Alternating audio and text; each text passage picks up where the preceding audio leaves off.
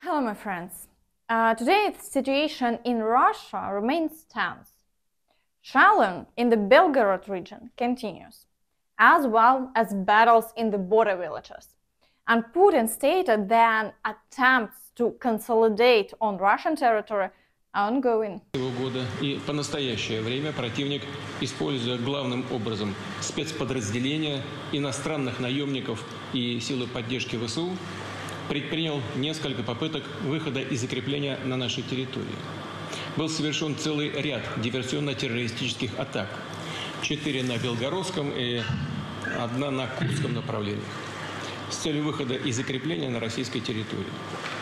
Силы и средства, примененные противником, составили свыше 2500 личного состава, 35 танков, около 40 боевых бронированных. Furthermore, yesterday evening, the Russian occupation forces made another statement that they are not stopping and will continue to target military objects in the Kursk and Belgorod regions. In connection with the limited military operation on the territory of the Kursk and Belgorod regions, we again call for the urgent evacuation of residents of the Belgorod and Kursk regions. Save your lives and the lives of your children. We see that Putin's troops are hiding among civilians, so our task is to ensure maximum security for the local population.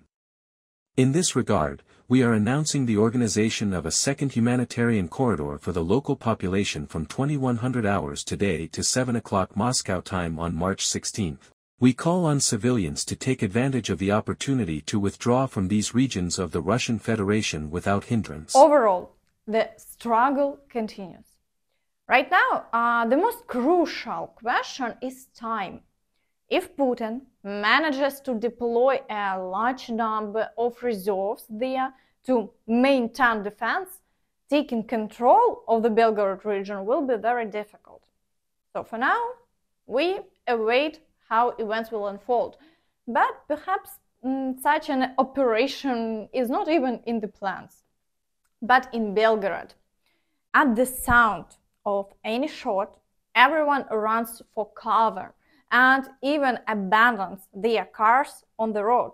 So perhaps they are not yet accustomed, so it takes time.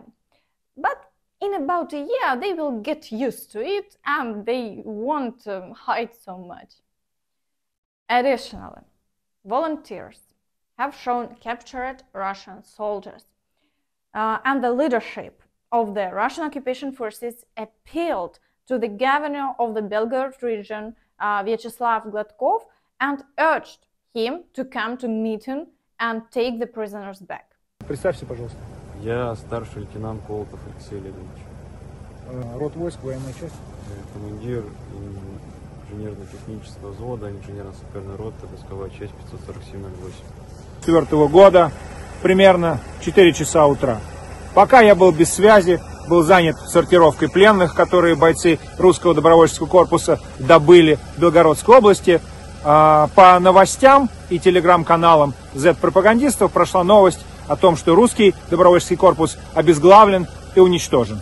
Как видите, это неправда. Бойцы РДК продолжают выполнять свои боевые задачи на территории Курска. Meanwhile, Macron continues to actively support Ukraine and has made another statement. Ce qui est nécessaire, aussi longtemps qu'il le faudra, pour que la Russie ne puisse gagner cette guerre. Nous continuerons de soutenir aussi longtemps que nécessaire l'Ukraine et son peuple, et nous continuerons, comme nous l'avons fait depuis le premier jour, à ne jamais prendre l'initiative de quelque escalade. We hope that other leaders will also desire victory over Russia and will begin to transfer all necessary weapons without restrictions or questions. Additionally, it's reported that Scholz, Macron, and Tusk have announced plans to increase the purchase of ammunition for Ukraine and to create a coalition for long-range reactive artillery. Furthermore, Scholz stated that they will increase the volume of arms purchases for Ukraine. Unter anderem werden wir ab sofort noch mehr Waffen für die Ukraine beschaffen, und zwar auf dem gesamten Weltmarkt. Das ist eine gute Verbesserung. Zweitens werden die Produktion von Militärgerät ausgebaut, auch durch Zusammenarbeit mit Partnern in der Ukraine. Now, let's turn to the situation along the front line, starting with the Kupiansk direction. Here, the occupiers have resumed attacks on Sinkivka and Tabaivka. 3 attacks were conducted in the past day, but as before, they haven't achieved any success. In the Svatovo area, shelling remains minimal and no new attacks on Stelmachivka have been reported. In the direction of Kremina, battles continue in the Terne area. So the occupiers conducted 4 assault operations, but their tactical successes are not confirmed today, and the front line remains unchanged. In the Siversk direction, battles are ongoing in the areas of Belogorivka and Rozdolivka. For the second day, they are attempting to break through to the populated areas, but without success. In the Bakhmut direction, the occupiers have quieted down for now. So the general staff reported no new attacks, so confirming yesterday's statement by the Ukrainian forces that the occupiers have begun regrouping for more powerful strikes. And we still need to tell the truth. Now we have stopped the advance of the Russians. But with warmth and parched earth, they prepare to advance and accumulate resources. In the Avdiivka direction, the occupiers conducted 20 assault operations indicating a high level of activity. Battles are ongoing in the areas of Berdychi, Orlivka and Tonenka. Unfortunately, the Russians have achieved tactical successes again. By examining the geolocation map, it can be seen that they are advancing slightly in the Berdychi and Tonenka areas. And based on published videos and specific geolocations, it's estimated that they have advanced about 1 kilometer near Berdychi and approximately 950 meters near Tonenka.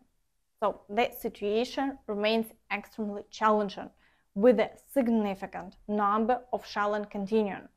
But the Ukrainian forces are also doing everything possible to destroy the advancing formations.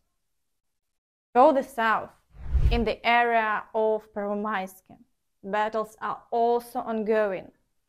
However, the Russians haven't succeeded in encircling the populated area, so the front line remains unchanged for the day.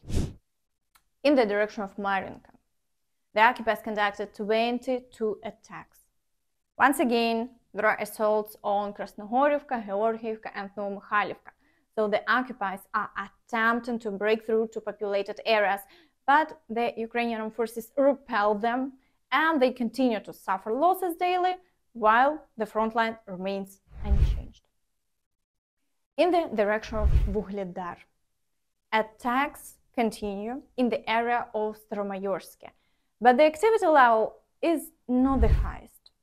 Several attacks are conducted per day and the Ukrainian forces successfully repel them. Therefore, the front line remains unchanged and shelling continues as usual.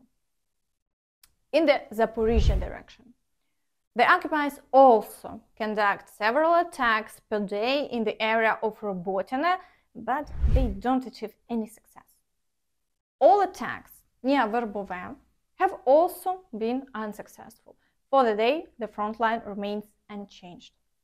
Additionally, today a video appeared on the network from the Zaporizhia nuclear power plant, showing how servicemen are trying to engage in sports with a large amount of equipment visible in the frame, about which the International Atomic Energy Agency, of course, remains silent and everything suits them. In the direction of Kherson, the occupiers continue shelling the right bank, and it's reported that the Russians conducted 3 assaults on the positions of the Ukrainian forces in the village of Korinki on the left bank.